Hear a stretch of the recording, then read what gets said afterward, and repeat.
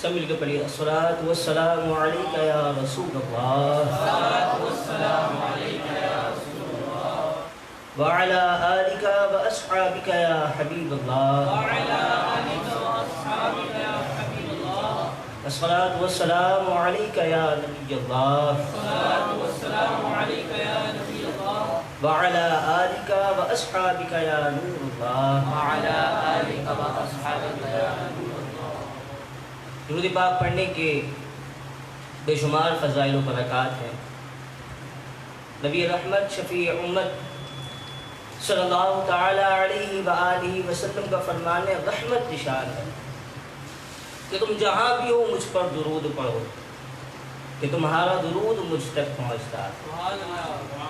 انسان مسلمان زندگی کے کسی بھی جگہ چلا جائے، کسی بھی وقت چلا جائے، دنیا کے کسی خطے میں بھی چلا جائے، وہ بندہ جہاں پر بھی بیٹھ کر حضور علیہ الصلوۃ والسلام پر درود پاک پڑھے گا، اس کا درود حضور پر پہنچا دیا جائے گا، جہاں بھی چلا جائے۔ درود پاک پڑھنے کی بڑی فضیلتیں ہیں، بڑی برکتیں ہیں۔ انسان کو مسلمان کی اور انسان کی ساری ضروریات حضور علیہ الصلوۃ والسلام پر درود پاک پڑھنے سے پوری ہو جاتی ہے، ساری ضروریات۔ انسان چاہتا ہے اس کے قرضے اتر جائیں، اسے چاہیے کہ وہ حضور پر درود پاک پڑھے۔ اس پر پریشانیاں ہیں، مصیبتیں ہیں، ٹینشنیں ہیں، وہ اتر جائیں، وہ ختم ہو جائیں، اسے چاہیے کہ وہ حضور پر درود پاک پڑھے۔ اگر وہ چاہتا ہے کہ حضور علیہ الصلوۃ والسلام کو وہ دیکھے کہ وہ مجھے اپنے ہاتھ مبارک سے پکڑ کر قبر میں اتارے ہیں، تو اسے بھی چاہیے کہ وہ حضور پر درود پاک پڑھے۔ جو مدینے جانا چاہتا ہے وہ بھی حضور پر درود پاک پڑھے۔ جو خواب میں حضور کا دیدار کرنا چاہتا ہے اسے بھی چاہیے کہ وہ حضور پر درود پاک پڑھے۔ بڑی فضیلتیں، بڑی برکتیں۔ نبی رحمت شفیع امت صلی اللہ تعالیٰ علیہ وآلہ وسلم نے فرمایا کہ جو شخص چاہتا ہے کہ میں اس کا ہاتھ پکڑ کر جنت میں لے جاؤں، اسے بھی چاہیے کہ وہ مجھ پر کثرت سے درود پاک پڑھے۔ آئیے مل کر ایک مرتبہ شوق محبت کے ساتھ درود پاک پڑھیے۔ صلو علی الحبیب صلی اللہ تعالی علی محمد صلی اللہ تعالی علیہ وآلہ وسلم۔ اللہ تبارک و تعالی نے جب انسان کو پیدا فرمایا تو انسان کے پیدا کرنے کے ساتھ ساتھ اللہ پاک نے لوگوں کی کچھ حقوق بھی بیان فرمائے، کچھ حقوق بھی بیان فرمائے۔ جس طرح انسان بڑھتا چلا جاتا ہے اس کے حقوق بھی بڑھتے چلے جاتے ہیں، جس طرح اس کی ایج، اس کی عمر بڑھتی چلی جاتی ہے تو لوگوں کے لیے اس کے حقوق بھی بڑھتے چلے جاتے ہیں۔ جس طرح وہ بڑھتا چلا جاتا ہے اس طرح اس کے پاس جو حقوق ہیں، اس کے جو حقوق ہیں وہ بھی بڑھتے چلے جاتے ہیں، اور اس کے کچھ ایسے حقوق بھی ہوتے ہیں جس کو ادا بھی کرنے ہوتے ہیں۔ مثال کے طور پر جب بچہ اسکول جاتا ہے، دوست بناتا ہے تو دوستوں کے حقوق اس کو ادا کرنے ہوتے ہیں۔ گھر میں رہتا ہے تو اس کو ماں باپ کے حقوق ادا کرنے ہوتے ہیں، بہن بھائیوں کے حقوق ادا کرنے ہوتے ہیں۔ وہ اپنی زندگی میں جہاں جہاں بڑھتا چلا جاتا ہے وہاں وہاں کے اس کو حقوق ادا کرنے ہوتے ہیں۔ اللہ تبارک و تعالی نے حقوق ادا کرنے کا حکم ارشاد فرمایا، لیکن اکثر یہ ہوتا ہے کہ لوگ زیادتیاں کرنا شروع کر دیتے ہیں، حقوق العباد ترک کرنا شروع کر دیتے ہیں، لوگ ظلم و ستم کرنا شروع کر دیتے ہیں۔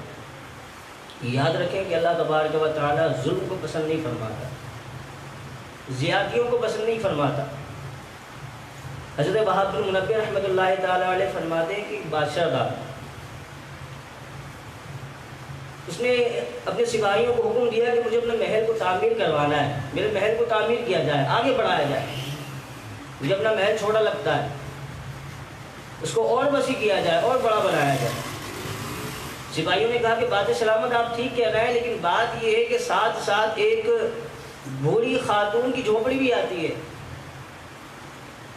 اس کا کیا کیا جائے؟ بادشاہ نے حکم دیا جاؤ اس کو پاس جاؤ، اس کو جا کے ہٹا دو۔ بادشاہ نے سپاہیوں کو حکم دیا، سپاہی گئے، اس بوڑھی خاتون کے پاس گئے، اس عورت کے پاس گئے اور کہا کہ بادشاہ کا حکم ہے تمہیں یہاں سے اپنی جھونپڑی ہٹانی پڑے گی، تمہیں یہاں سے جانا پڑے گا۔ اس عورت نے کہا کہ میں یہاں سے جا ہی نہیں سکتی، میرے پاس اس مکان کے علاوہ، اس جگہ کے علاوہ، اس جھوپڑی کے علاوہ میرے پاس کچھ بھی نہیں ہے۔ جب میں شادی کر کے آئی تھی، بارات سے رخصت ہو کر آئی تھی، تو میں اسی گھر میں آئی تھی۔ میں نے اس گھر میں خوشیاں بھی دیکھی ہیں، میں نے اس گھر میں غم بھی دیکھا ہے، میں اس گھر میں روئی بھی ہوں اور میں اس گھر میں ہنسی بھی ہوں۔ میرے پاس اس گھر کے علاوہ، اس جھوپڑی کے علاوہ اور کچھ بھی نہیں ہے۔ خدا کا واسطہ مجھے اس گھر میں چھوڑ دو، میری اس جھوپڑی کو تباہ مت کرو۔ بادشاہ سلامت کے لوگوں نے، سپاہیوں نے کہا کہ نہیں، بادشاہ کا حکم ہے، تمہیں یہاں سے جانا پڑے گا۔ اس عورت نے کہا کہ نہیں، میں یہاں سے نہیں جا سکتی۔ اب آج بھی کچھ لوگ ہیں، جب اولاد بڑی جاتی ہے نا، باہر ملک چلے جاتی ہے، کراچی سے باہر چلے جاتی ہے، یا پھر ڈیفینس کچھ نئے ایریاز میں چلے جاتی ہے، اچھے ایریا میں چلے جاتی ہے، تو آج بھی اولاد اپنے ماں باپ کو بولتی ہے کہ آپ جس علاقے میں بیٹھے ہیں نا، وہ علاقہ اچھا نہیں ہے، آپ کے لیے صحیح نہیں ہے، لہٰذا آپ وہاں پہ آنا شروع کر دیں، وہاں آ جاؤ۔ تو ماں باپ کیا جواب دیتے ہیں؟ ماں باپ وہی جواب دیتے ہیں جو وہ اس عورت نے کہا تھا کہ مجھے وہاں سکون ملتا ہے، مجھے یہی سکون ملتا ہے جہاں میری رہائش ہے، جہاں میں نے اپنا وقت گزارا ہے، جہاں میں ہنسی ہوں، جہاں میں روئی ہوں، جہاں میں نے اپنی زندگی کا سرمایہ دیا ہے، وقت دیا ہے، وہی جگہ مجھے پسند ہے۔ آج بھی ماں باپ جو ہوتے ہیں نا، بوڑھے جو ہوتے ہیں، وہ یہی جواب دیتے ہیں کہ وہ چاہتے ہیں کہ انہوں نے آدھی سے زیادہ زندگی جس جگہ گزاری ہے، وہ اپنی موت کا وقت بھی اسی جگہ پر دے۔ ان سپاہیوں نے کہا کہ تمہیں یہاں سے جانا پڑے گا۔ اس بوڑھی عورت نے کہا کہ میرا انتقال کا وقت قریب ہے، کبھی بھی مجھے موت آ جائے گی، میری عمر زیادہ ہو چکی ہے، کبھی بھی میرا رب مجھے بلا لے گا، مجھے یہاں سے جانے نہ دو، میں یہی ٹھیک ہوں، مجھے یہاں سے دربدر مت کرو۔ سپاہیوں نے بادشاہ کے پاس گئے، بادشاہ سلامت سے جا کے کہا کہ جو عورت ہے وہ مان نہیں رہی ہے، وہ یہاں سے جا نہیں رہی ہے، آپ جو حکم دیں گے ہم وہ کر دیں گے۔ بادشاہ نے کہا ایسی بات ہے۔ جیسی وہ عورت اپنی جھوپڑی سے نکلے، اس کے نکلتے ہی اس کی جھوپڑی کو گرا دیں۔ جیسی وہ عورت جھوپڑی سے نکلے، تم اس کی جھوپڑی کو گرا دینا۔ اب جو سپاہی تھے وہ نظر رکھنا شروع ہو گئے۔ ایک دن گزرا، وہ عورت گھر سے باہر نہیں نکلی۔ 2 دن ہو گئے، وہ عورت گھر سے باہر نہیں نکلی۔ 3 دن ہو گئے، 4 دن ہو گئے۔ جب اس کے پاس کھانے پینے کا سامان، اس کی ضروریات کا سامان ختم ہو گیا، تب جا کر وہ اپنے گھر سے باہر نکلی۔ جب وہ اپنے گھر سے باہر نکلی، اس ضروری اشیاء کو لینے کے لیے بازار کی طرف گئی۔ جب بازار سے جب واپس آتی ہے تو دیکھتی ہے کہ اس کا جو مکان ہے، اس کی جو جھوپڑی ہے، وہ گرا دی گئی، وہ توڑ دی گئی ہے۔ جب دیکھا کہ اس کی جھوپڑی، اس کی جو پورا اس نے جس جگہ اپنا سرمایہ دیا تھا، وقت دیا تھا، اس کا جو گھر تھا، اس کا جو مکان تھا، اس کی جو جھوپڑی تھی، وہ گر چکی ہے۔ جیسے اس عورت نے دیکھا نا، فوراً چیخ ماری، وہ فوراً زمین پر گر گئی، بے ہوش ہو گئی۔ جب اسے ہوش آیا،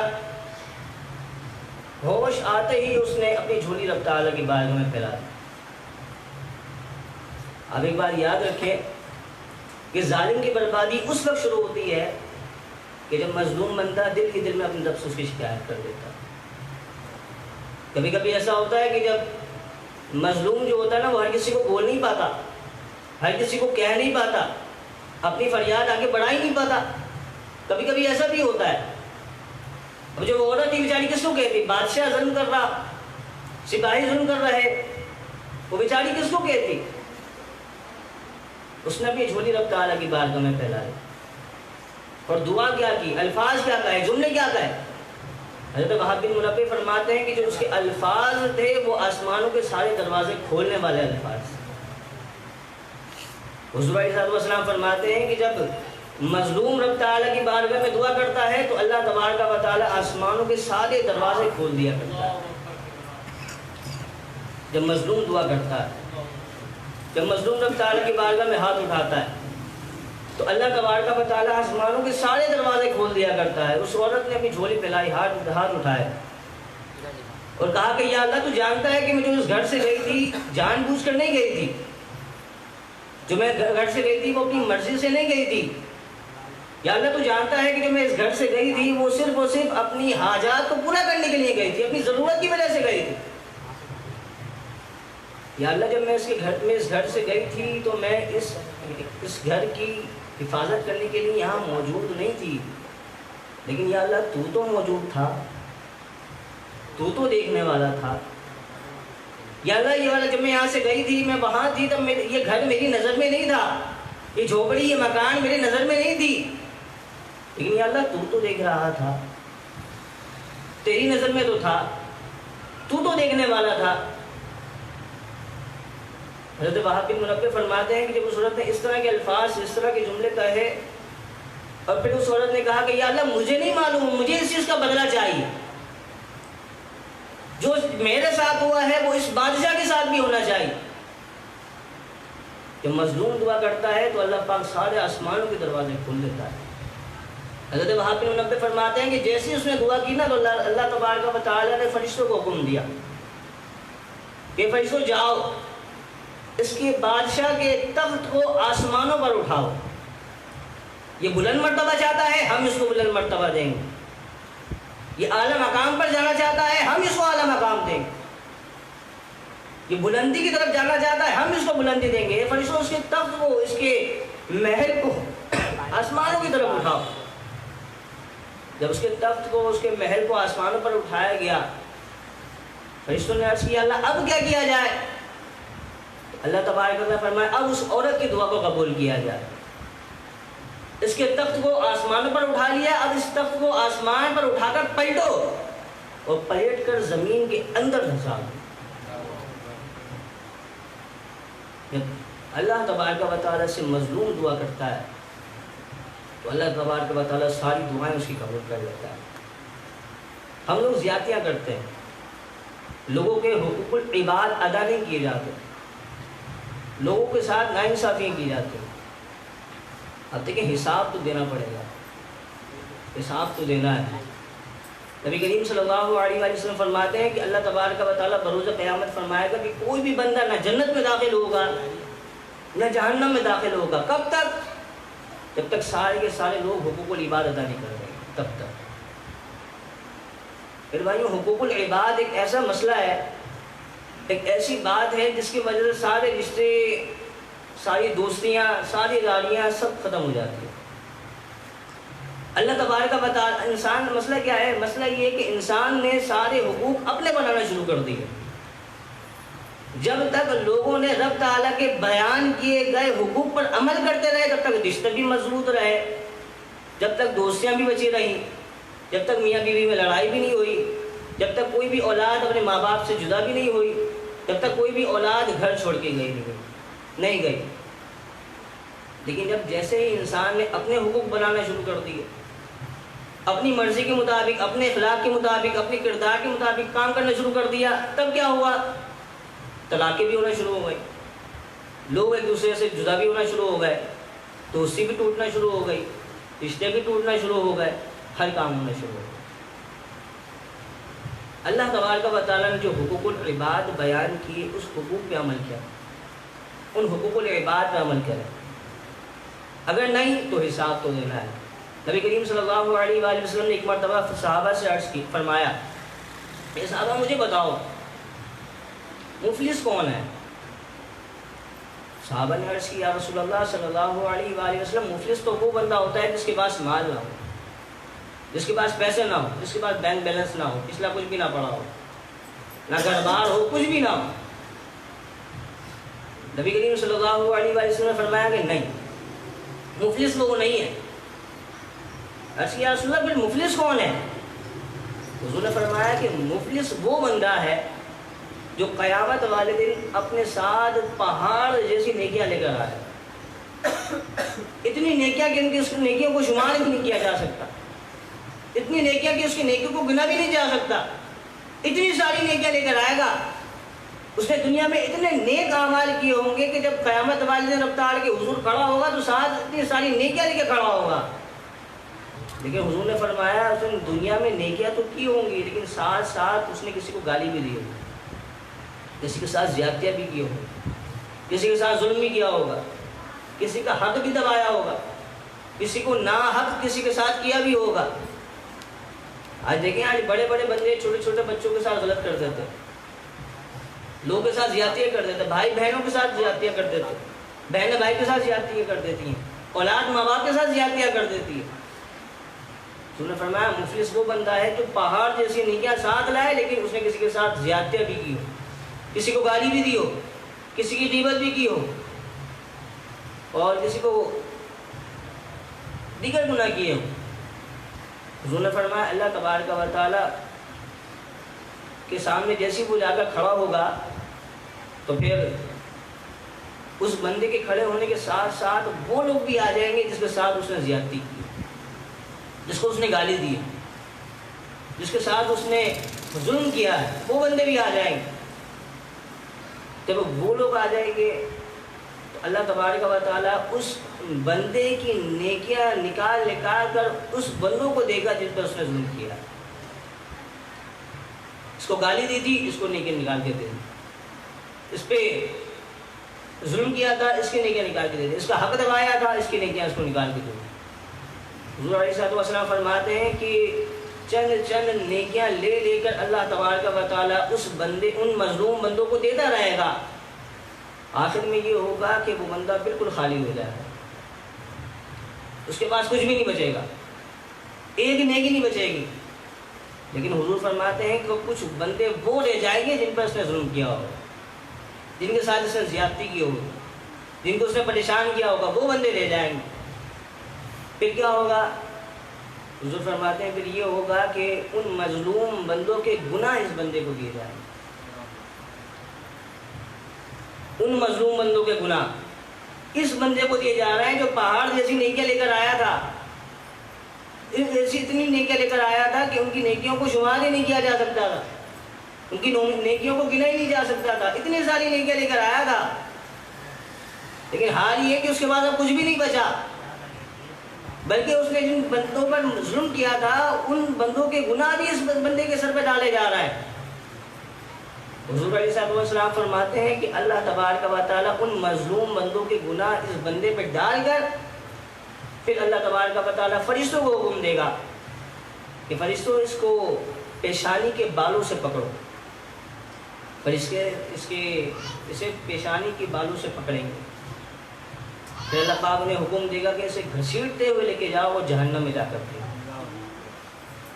حضور نے فرمایا مفلس وہ بندہ کہ جو پہاڑ جیسی نیکیاں لے کر آئے لیکن ساتھ اس نے کسی کے ساتھ تہمت بھی کی ہو، کسی کی غیبت بھی کی ہو، کسی پہ ظلم بھی کیا ہو، کسی کے ساتھ ناحق بھی کیا ہو، کسی کا حق بھی دبایا ہو، پھر اللہ تبارک و تعالیٰ اس کو حکم دے کہ ان مظلوم بندوں کو نیکی دی جائے، ان مظلوم بندوں کو نیکیاں دے کر اللہ پاک اس بندے کو جہنم میں گھسیٹ کر دے۔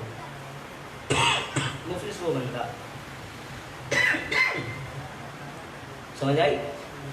مفلس وہ بندہ ہے۔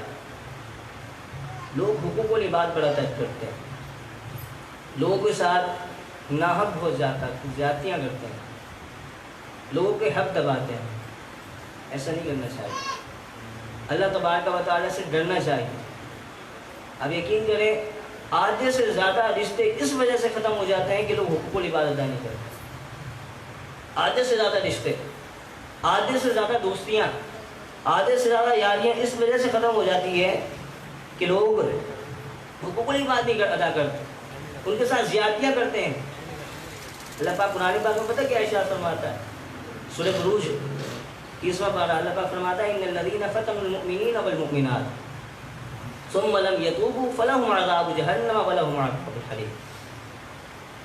ان الذین فتنوا المؤمنین والمؤمنات، بے شک وہ لوگ جو مسلمان مردوں کو اور عورتوں کو آزمائش میں ڈالتے ہیں، تنگ کرتے ہیں، پریشان کرتے ہیں، ان کے ساتھ ناحق کرتے ہیں، ان کو ٹینشن میں ڈالتے ہیں، ان کے ساتھ زیادتیاں کرتے ہیں۔ ان الذین فتنوا المؤمنین والمؤمنات، پھر کیا فرمایا؟ ثم لم یتوبوا، پھر وہ توبہ بھی نہیں کرتے، پھر وہ معافیاں بھی نہیں مانگتے، لیکن جس کے ساتھ اسے ناحق کیا ہے، جس پر ظلم کیا ہے، زیادتی کی ہے، اسے معافی بھی نہیں مانگتے، اللہ تبارک و تعالیٰ کے حضور توبہ بھی نہیں کرتے۔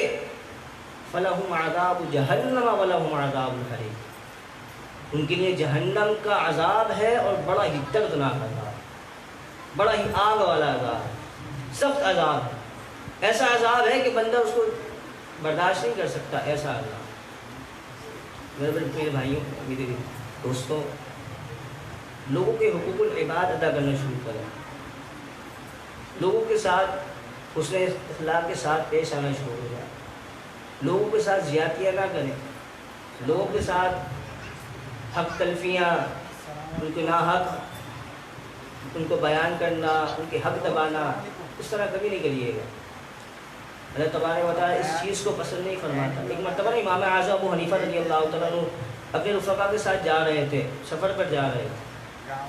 جب سفر پہ جا رہے تھے تو آپ نے دیکھا ہوگا جب سفر پہ چل رہے ہوتے ہیں کبھی کبھی ایسا ہوتا ہے کہ ایک بندہ دوسرے بندے کے پاؤں پہ پاؤں رکھ ہی دیتا ہے۔ جب ادھر آدھا چلنا شروع ہو جاتا ہے تو کبھی کبھی غلطی سے پاؤں لگ جاتا ہے۔ امام اعظم ابو حنیفہ رضی اللہ تعالیٰ عنہ جب جانے لگے تو غلطی سے آپ کا جو پاؤں مبارک ہے، آپ کا پاؤں ہے، وہ کسی بچے کے، کسی لڑکی کے پاؤں پر لگ گیا۔ جیسی پاؤں پر لگانا تو پھر فوراً اس بچے نے پیش صاف تھا، دیکھا نہیں کہ امام اعظم ہے، دیکھ لیتا تو چپ ہو جاتا، دیکھا نہیں، بلا صاف تھا، بلا وجہ ایسے ہی نکل گیا منہ سے، بلا وجہ تو نہیں کہیں گے، ایسے ہی جیسے ہی پاؤں رکھا فوراً منہ سے نکل رہا، ایسے کہہ رہا۔ الا تخافا القصاص فی یوم القیامہ، کیا تمہیں خوف نہیں ہے کہ تم نے میرے پاؤں پر پاؤں رکھا ہے، میرے ساتھ زیادتی کی ہے، اس کا بدلہ تمہیں قیامت والے دن دینا پڑے گا۔ یہ تم نے جو میرے پاؤں پہ پاؤں رکھ دیا ہے، اس کا بدلہ تمہیں قیامت والے دن دینا پڑے گا۔ الا تخافا، کیا تم ڈرتے نہیں ہو؟ آپ کے رفقا فرماتے ہیں کہ امام اعظم ابو حنیفہ رضی اللہ تعالیٰ عنہ کو جیسی ہی بات کہی نا، اس لڑکے نے جیسی ہی بات بیان کی تو فوراً آپ کے دل پہ اتنا خوف آیا کہ آپ فوراً زمین پر تشریف لے آئے، بے ہوش ہو گئے۔ جب بے ہوش ہو گئے، ہوش آیا، اٹھے تو آپ کے رفقا نے پوچھا کہ حضور آپ اتنے بڑے عالم دین ہیں، ایک بچے کی بات تو برا مان گئے، یہ تو چھوٹا بچہ ہے، اتنی بڑی بات نہیں تھی، چھوٹا بچہ ہے، ایسے غلطی ہو گئی، معاف کر دیں۔ امام اعظم ابو حنیفہ رضی اللہ تعالیٰ فرمانے لگے کہ تم نے دیکھا نہیں کہ اس میں بات کیا کہی ہے؟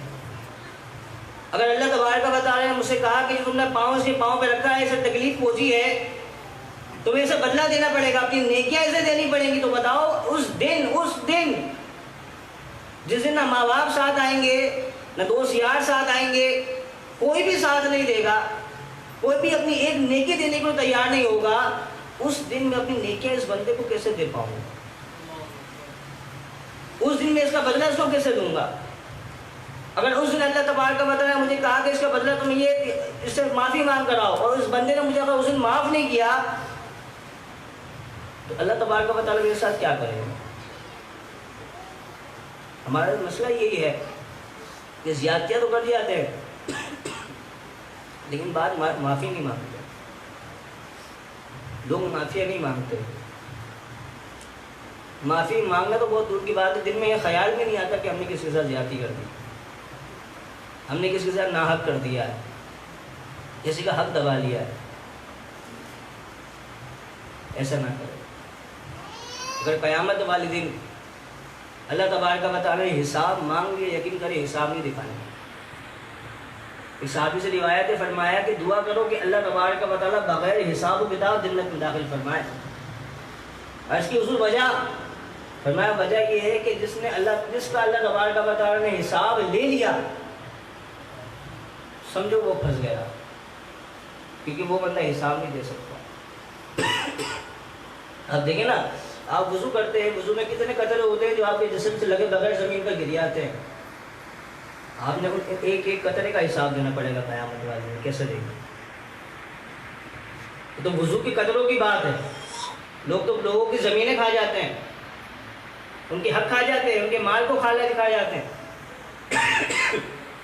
جو ان کے ساتھ اس نے سلوک کرنا ہوتا ہے، اچھا کام کرنا ہوتا ہے، وہ تک کھا جاتے ہیں،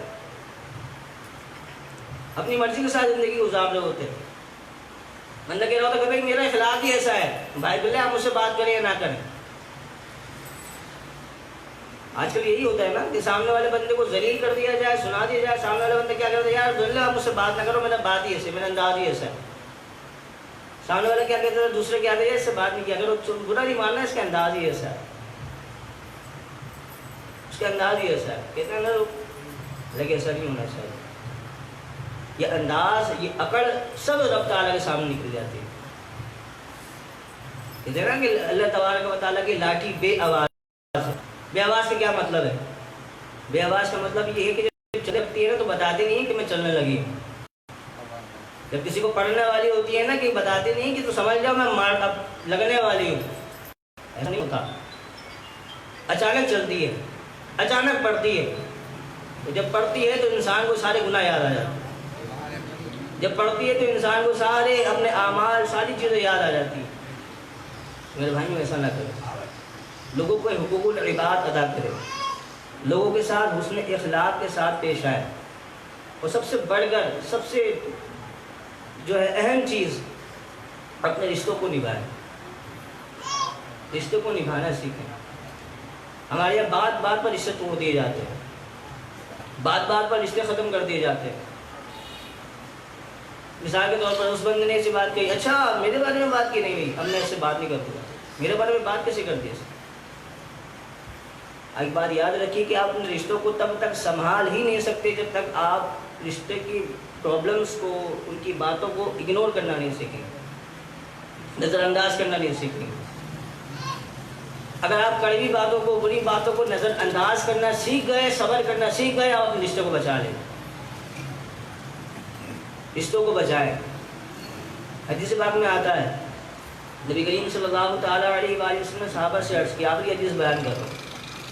حضور علیہ السلام نے صحابہ کرام سے عرض کی، فرمایا اے صحابہ میں تمہیں ایک ایسی قوم کے بارے میں نہ بتاؤں کہ اللہ تبارک و تعالیٰ نے اس قوم کو جب سے بنایا ہے، جب سے اس قوم کو پیدا کیا ہے، تب سے لے کر آج تک اللہ تبارک و تعالیٰ نے اس قوم پر کبھی بھی غضب کی نظر نہیں فرمائی. کبھی بھی غضب کی نظر نہیں فرمائی. کبھی بھی ناپسندیدگی کی نظر سے اللہ تبارک و تعالیٰ نے اس قوم کی طرف نہیں دیکھا. کبھی بھی جلال کی نظر سے، کبھی بھی غضب کی نظر سے اس قوم کی طرف کبھی نہیں دیکھا. جب سے اس قوم کی بناوٹ ہوئی، جب سے اس قوم کو پیدا کیا گیا، تب سے نہیں دیکھا. صحابہ نے عرض کیا یا رسول اللہ ایسی قوم؟ پھر حضور علیہ السلام نے فرمایا صحابہ میں تمہیں اس قوم کے بارے میں بتانا جا رہا ہوں جس قوم کی وجہ سے اللہ تبارک و تعالیٰ پوری دنیا کے اندر رزق تقسیم فرماتا ہے. پوری دنیا کے اندر رزق تقسیم کیا جاتا ہے. میرے بھائی توجہ ادھر رکھیں، حدیث سے بات بیان کر رہا ہوں. نبی کریم صلی اللہ علیہ وسلم نے فرمایا کہ میں تمہیں ایک ایسی قوم کے بارے میں بتانے جا رہا ہوں کہ جو اس قوم کی وجہ سے اللہ تبارک و تعالیٰ پوری دنیا میں رزق کو تقسیم بھی فرماتا ہے، اور پوری دنیا میں رزق میں اس قوم کی وجہ سے اضافہ فرما دیتا ہے. اس قوم کی وجہ سے. اور جب سے اس قوم کو بنایا گیا ہے تب سے لے کر آج تک کبھی بھی اللہ پاک نے اس قوم کی طرف ناپسندیدگی کی نظر سے نہیں دیکھا. اتنی اچھی قوم. صحابہ نے عرض کیا رسول اللہ ایسی قوم، اتنی عزت والی، اتنے کرم والی کہ اللہ پاک سے اتنا خوش، اتنا راضی. حضور علیہ السلام نے فرمایا ہاں ایسی قوم. صحابہ نے عرض کیا رسول اللہ بتائیے وہ قوم کون سی ہے، وہ کون سا عمل کرتی ہے، وہ کیا عمل کرتی ہے؟ نبی کریم صلی اللہ علیہ وسلم نے فرمایا کہ وہ قوم اللہ تبارک و تعالیٰ کی رضا کے لیے اپنے رشتوں کو سنبھال کر رکھتی ہے، اپنے رشتوں کو بچا کر رکھتی ہے، اپنے رشتوں کا خیال کرتی ہے. جب وہ اپنے رشتوں کا خیال کرتی ہے تو اللہ تبارک و تعالیٰ ان کے اس عمل کی وجہ سے پوری دنیا میں رزق میں اضافہ فرما دیتا ہے. اس قوم سے اتنا خوش ہوتا ہے کہ اللہ تبارک و تعالیٰ اس عمل کی وجہ سے اس قوم سے راضی ہو جاتا ہے. اتنا خوش، اتنا پسندیدہ عمل رب تعالیٰ کا وہ کیا ہے؟ رشتوں کو بچانا. حضور علیہ السلام فرماتے ہیں کہ جو بندہ رشتے نبھاتا ہے، بچاتا ہے، اللہ تبارک و تعالیٰ اسے جنت میں داخل فرما دیتا ہے. لیکن حضور نے یہ بھی فرمایا کہ جو رشتوں کو توڑ دیتا ہے اللہ تبارک و تعالیٰ اسے جنت کی خوشبو تک محسوس نہیں کرواتا. اللہ پاک ہم سب کو حقوق العباد ادا کرتے رہنے کی توفیق عطا فرمائے. اللہ پاک ہم سب کو رشتوں کو سنبھالنے، بچانے، رشتوں کو نبھانے کی توفیق عطا فرمائے. اللہ پاک سے دعا ہے کہ میرا کہنا، آپ کا سننا اپنی بارگاہ میں قبول فرمائے. جو غلطی ہو گئی، جو خامیاں ہو گئی، اللہ تبارک و تعالیٰ اپنے کرم سے معاف فرمائے. جزاک اللہ. السلام علیکم ورحمۃ اللہ. وآخر دعوانا الحمدللہ رب العالمین.